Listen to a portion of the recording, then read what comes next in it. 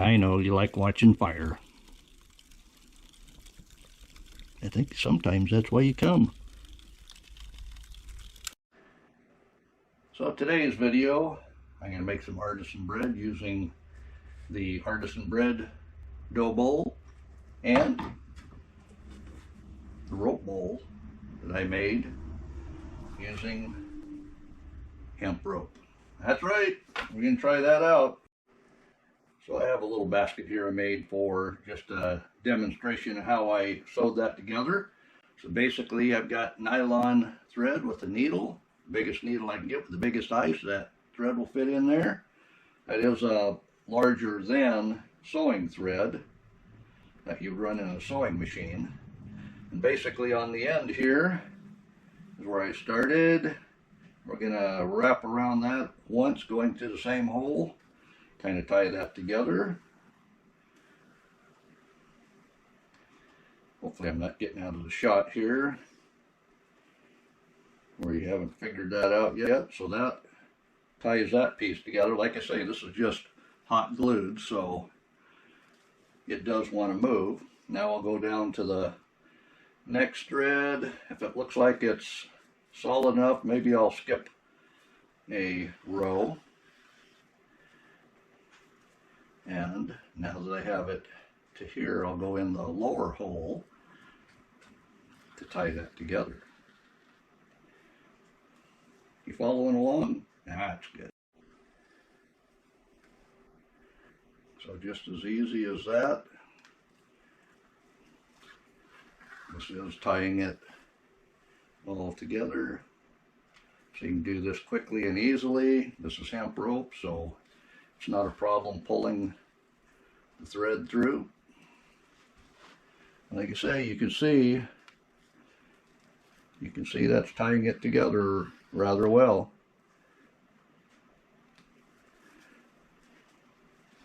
Here I've jumped a thread or a section of rope, but by tying it together here,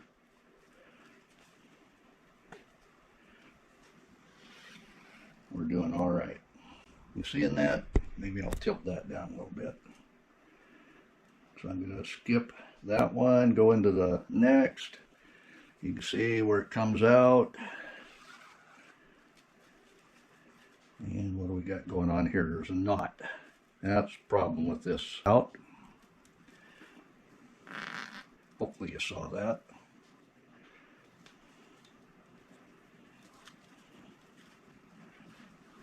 When I pull that out, you see how that wants to bunch up. So I've got to be careful. You got that?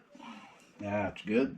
Like I say, this is just a test piece I whipped up afterward to show you how I sewed the basket together.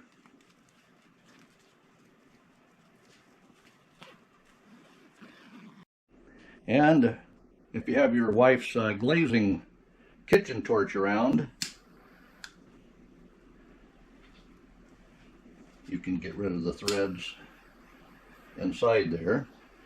But if you got a smoke alarm in the kitchen, you might want to do this outside.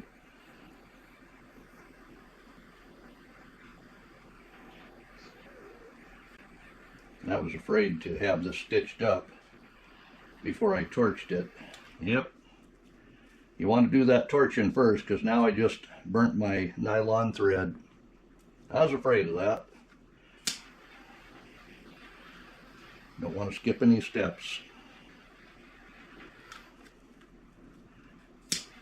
And you don't want to get this too hot either, because you're going to melt that hot glue.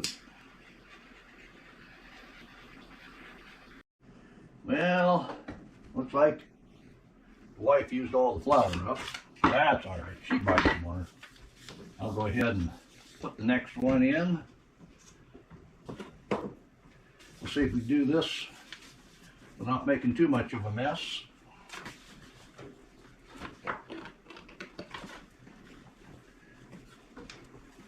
This is a 5-pound sack of flour.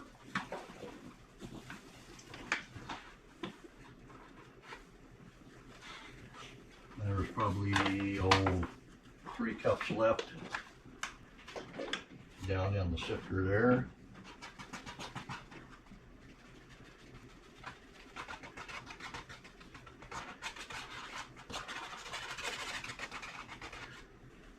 And we'll use the rest of that in what we're going to do here next. But you see that? It's going to close down in there just fine. There we go. We're loaded up. Ready for the next base. So now I need to sift a little bit of flour in there. So what are we going to use? That's right. Flour sifter. Miniature.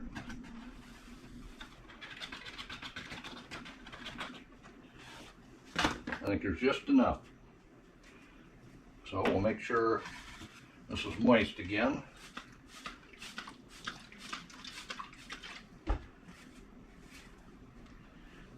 And then we can rain that flour right down onto that moistened artisan bread bowl. Because this is one of the steps you got to do if you're going to make artisan bread. Of course, we're going to do this out in the wood cook stove. We got to get all the ingredients together though.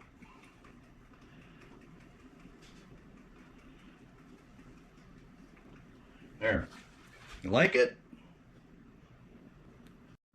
So I've got the big Dough Girl bread maker out, does 3 loaves at a time. Got my scalded milk starting to scald, butter melting, but we need flour, so we need 14 cups.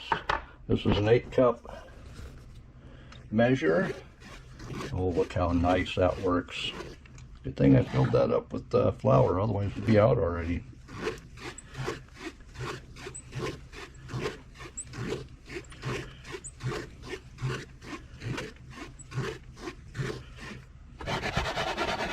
That is the first 8 cups. Need 6 more.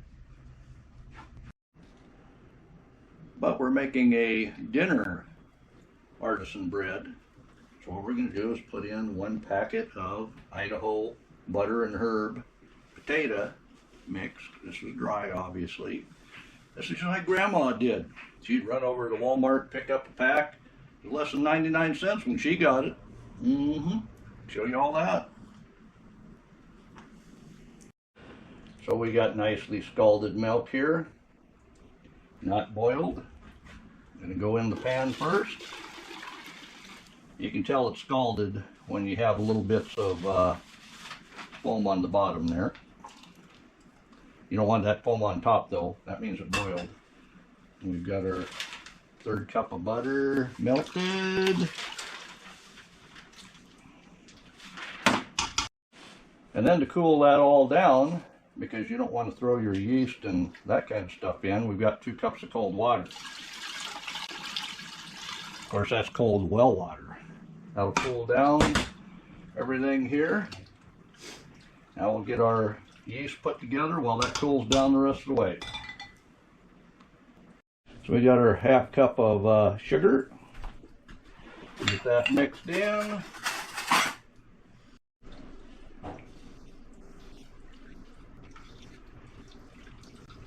Like I say, I want that to cool down before I throw the yeast in.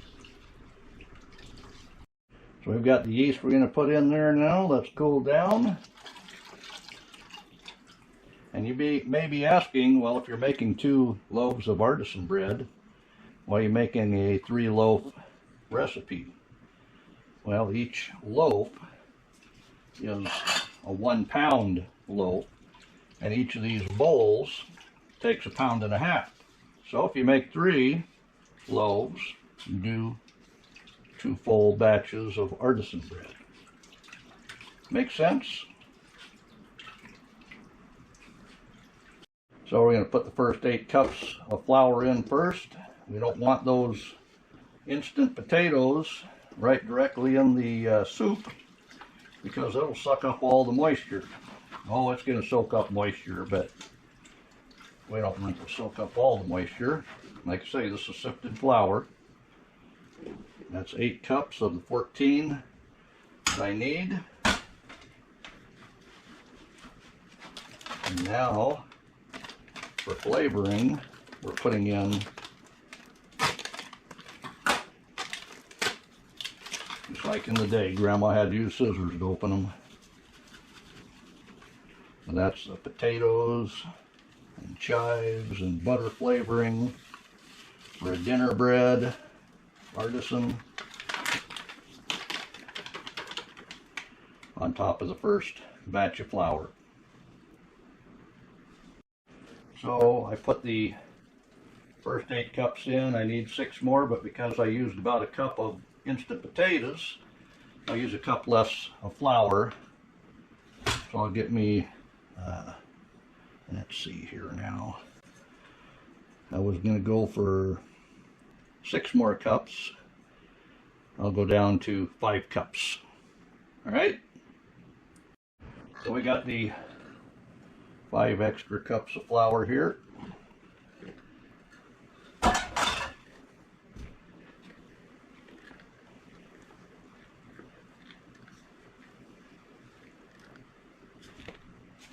And if it looks like we're going to need a little bit moisture for some reason, we'll know about halfway.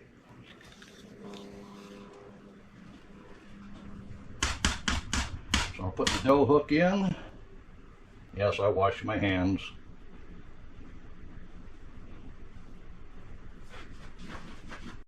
And we'll put the dough hook on and get the mixing for 15 minutes. That's what I got this up here for. That'll count me down when I can quit mixing on that dough girl bread maker. So right away it's going to be easy until everything gets mixed up. And I've got new suction cups on the bottom of this. They actually have them in stock for a 1950s dough mixer. So using these artisan bread bowls, one thing I want to make perfectly clear, you don't put these in the oven. All you do is you proof your dough in on its second rise, put a cookie sheet over it with your parchment paper, turn it over, take your bowl off, you have that pattern in the dough, and that you put into your Dutch oven and put in the oven for the correct amount of time.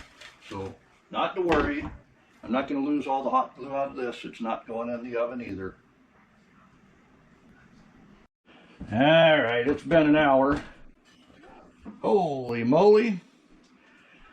It's almost risen to the top, that dough. So we'll go ahead and knock the air out of it here. And then we're going to put them in the basket.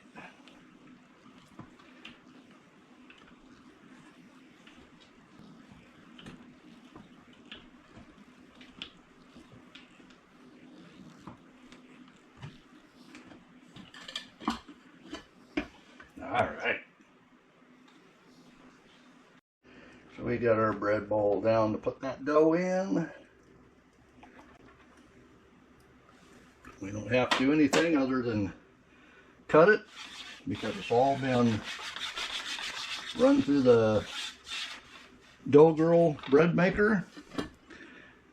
And at this point, we're just going to make 2 1.5-pound loaves.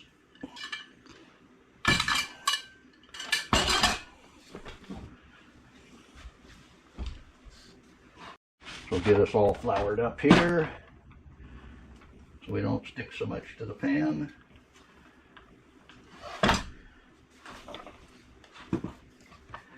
And you see little bits of green in there. That's that chive that was in the potatoes. Oh yeah. So I can work it on down.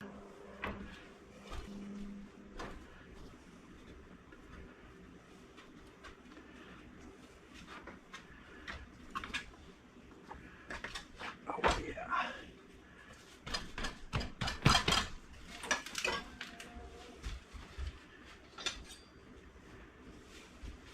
take that right in half because we want 2 1.5 pound loaves.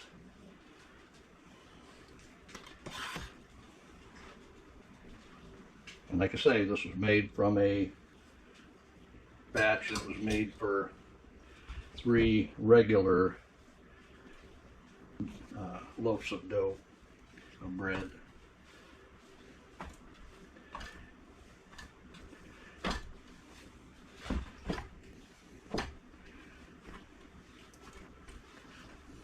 No, wonderful wife isn't in here right now. I don't know why she's letting me do this by myself. But why do I have some mace, some corn flour? Because this is a dinner bread being made where you would cut this open hot. And in the artisan, I want some of that on the outside edge. So that's what we're going to do.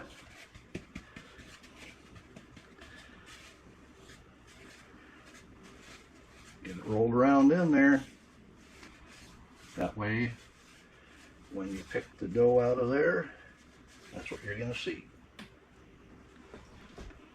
So, cover up both sides of that.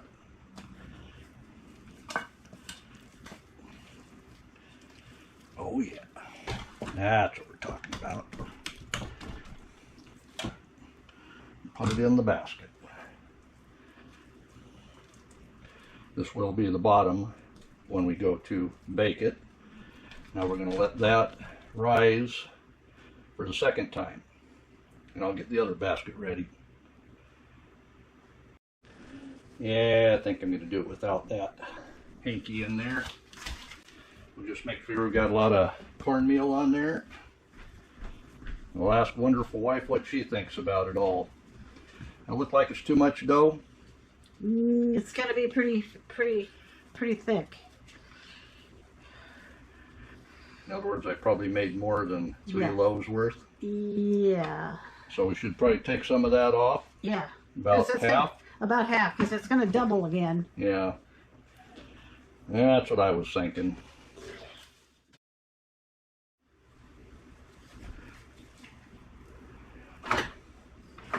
More? Yeah, a little bit, I think.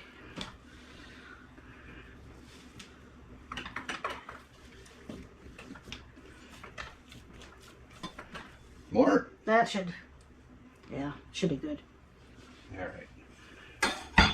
We've got this one here floured with the corn maize, and we'll just take a third of that.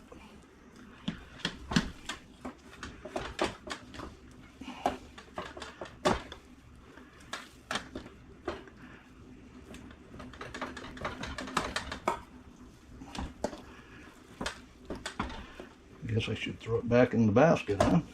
All right.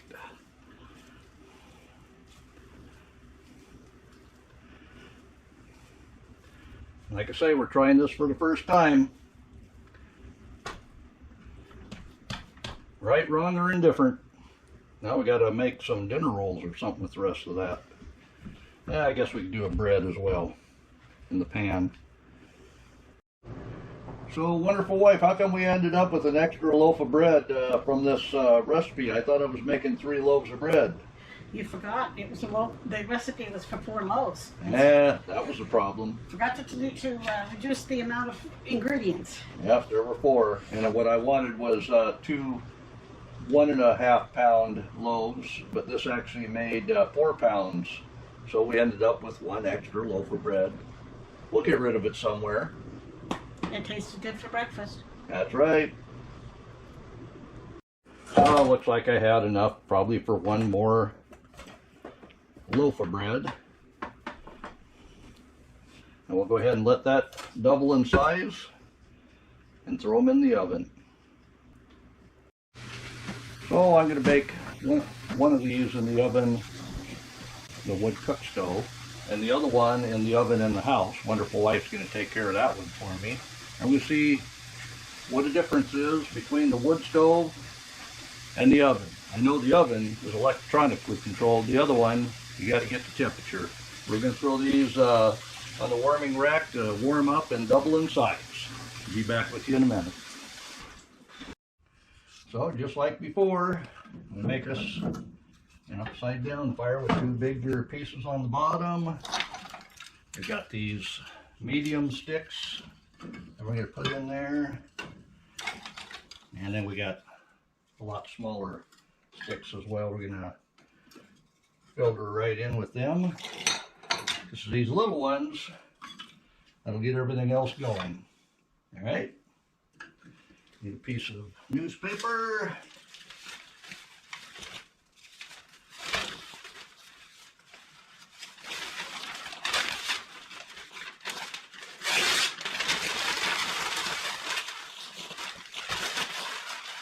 And we'll hold that down.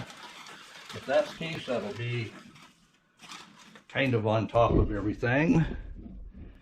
And then we'll filter in more of the smaller pieces on top of the paper, because the paper is going to help get them going. At least that's the plan. Oh, we like lots of paper. That'll get that firebox warmed up. And we'll make sure this time that the air going up the chimney is wide open. So I've turned the oven off here. Open up the damper. Check the air inlet. Open that up. Give us a match. And wait to strike anywhere.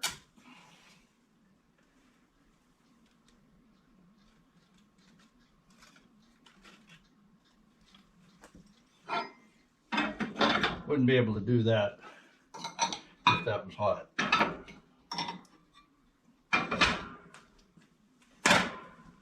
All right, we got to get this thing rocking so we can bring that bread out here. As you see, we're getting some smoke because this is a cold stove and it's not UL listed. And this is why I get all the dough done before I come out here and light the stove. Just because you get that soot all over you. Yeah, we're getting them little pieces started. And give it a little bit of a puff of air.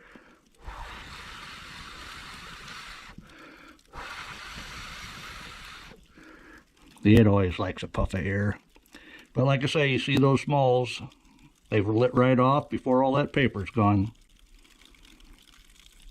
I know you like watching fire. I think sometimes that's why you come.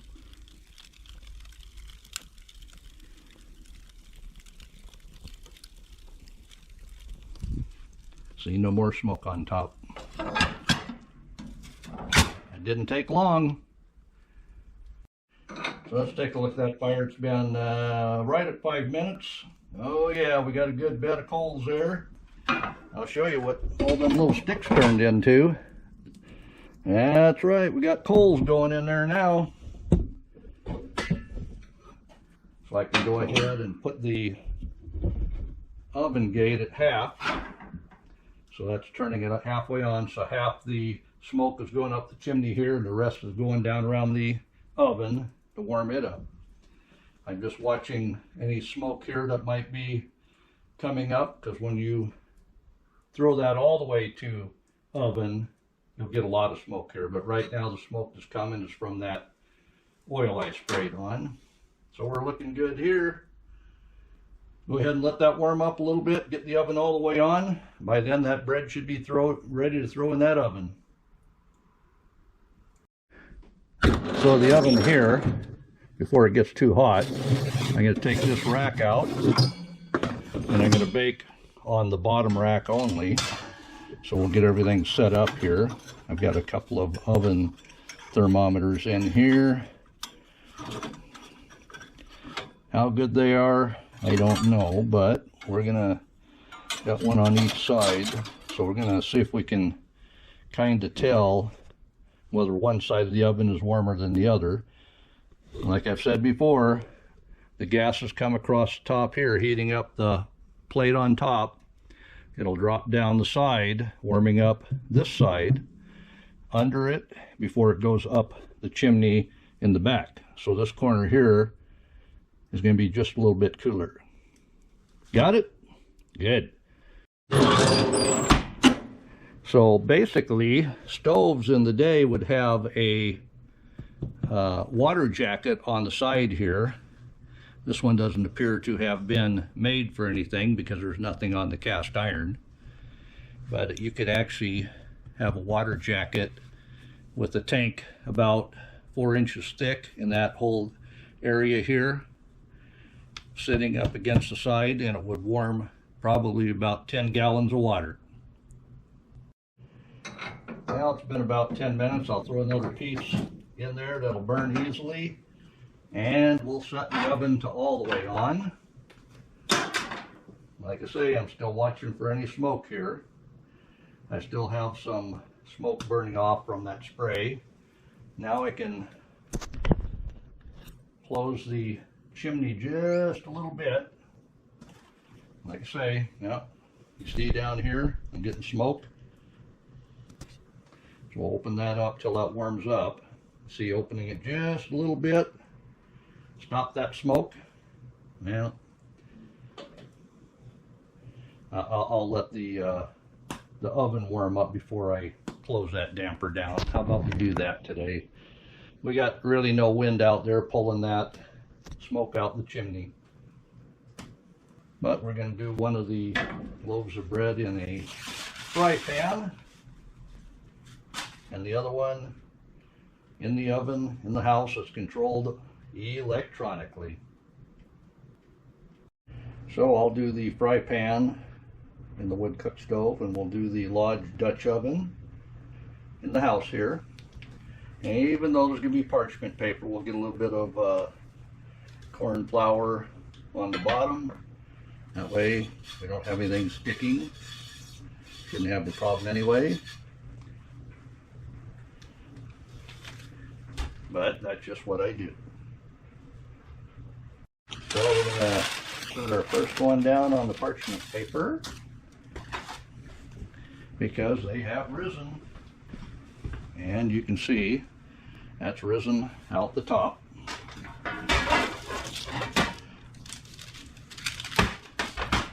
Perfect. Oh yeah. We've got a nice pattern in there. And we're going to put that one in this Dutch oven.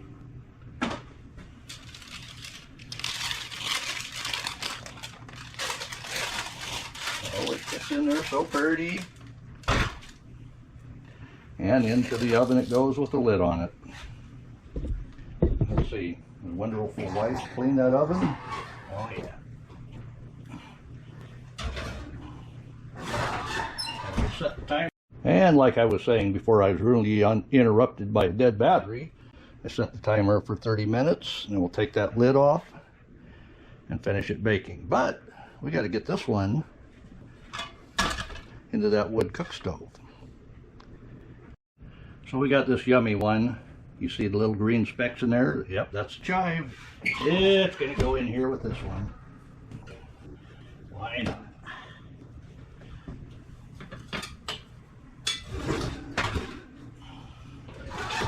Good thing I had my butcher knife.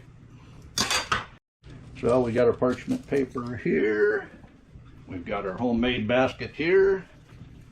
Same length. And will it release? Oh yeah, look at that.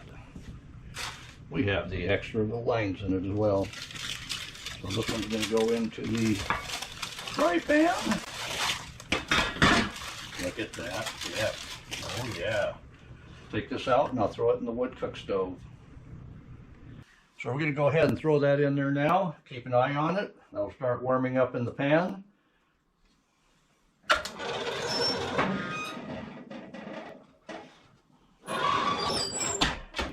And I'll keep an eye on the temperature there.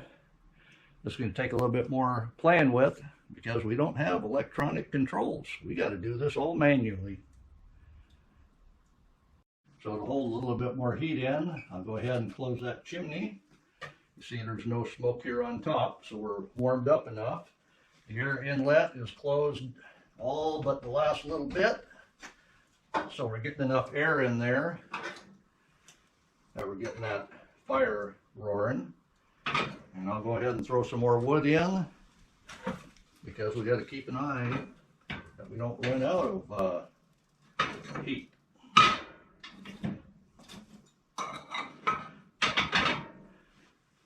That's right, the joys of a wood cook stove.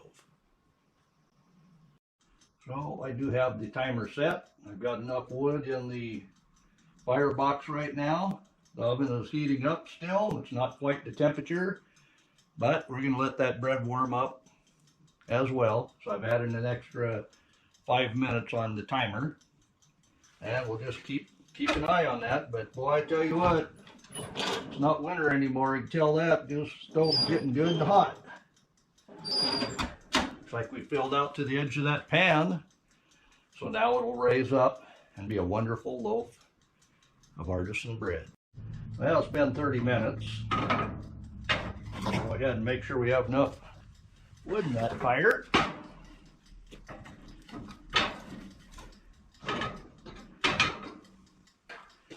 Then we'll look inside the oven. Bring you down here with me. See what the temperature is and what that bread's looking like. Oh, look at that bread. Looks like we're at 325 and 350. So the left one's 325, the right one's 350. That may be done. So now that I got my oven safe, cast iron safe glove on, go ahead and pull that out of there. Oh yeah. Get you in here close and take a look at that. You can see it's wrapped its way around the pan there. Has a good thump to it. I think we're done. The one in the house, we took the lid off at 30 minutes. We've got it cooking for another 15.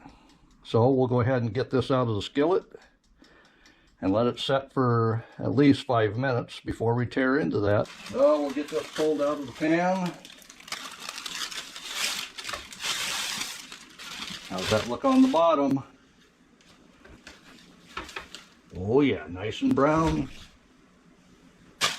We're going to let that set. So we're going to put that one on the cooling rack as well. We've got the other one in the electronic oven. It's taking longer, I guess.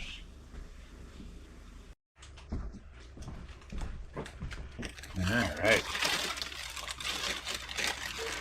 Nice and brown on the bottom. You gotta love it. And this one took longer because it was inside that Dutch oven having to heat up. Where that one was in the wood cook stove oven and no top on it in a fry pan. Of course, this one we baked along with this one. It didn't take as long, obviously, because it didn't have a lid either. But that looks good. I'll let you know how it tastes. Yeah, we got us a bread knife, and it's been about 10 minutes cooling here. And it should be eaten hot, if at all possible. Oh yeah, look at that. Got all your mashed potatoes and everything in there. Yeah, we'll get a cutting board underneath that, make it easier on the knife.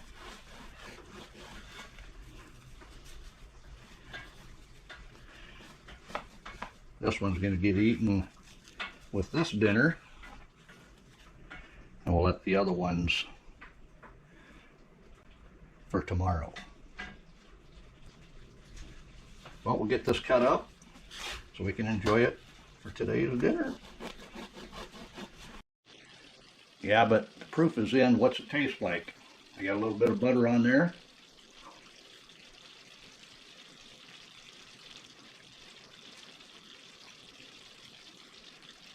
Now that's a dinner bread. You get a chance to try it with them potatoes. They got several different flavors. Tell me which one's your favorite. that'll do it for this video. We're going to go ahead and tear into that. And if you're still here, this is my stained glass work for this week. This has got so many pieces and is so big that it's going to take a while to finish it. But we got the hard parts all cut out. That's right. Using the ring saw. Thanks for stopping by, and thanks for staying to the end.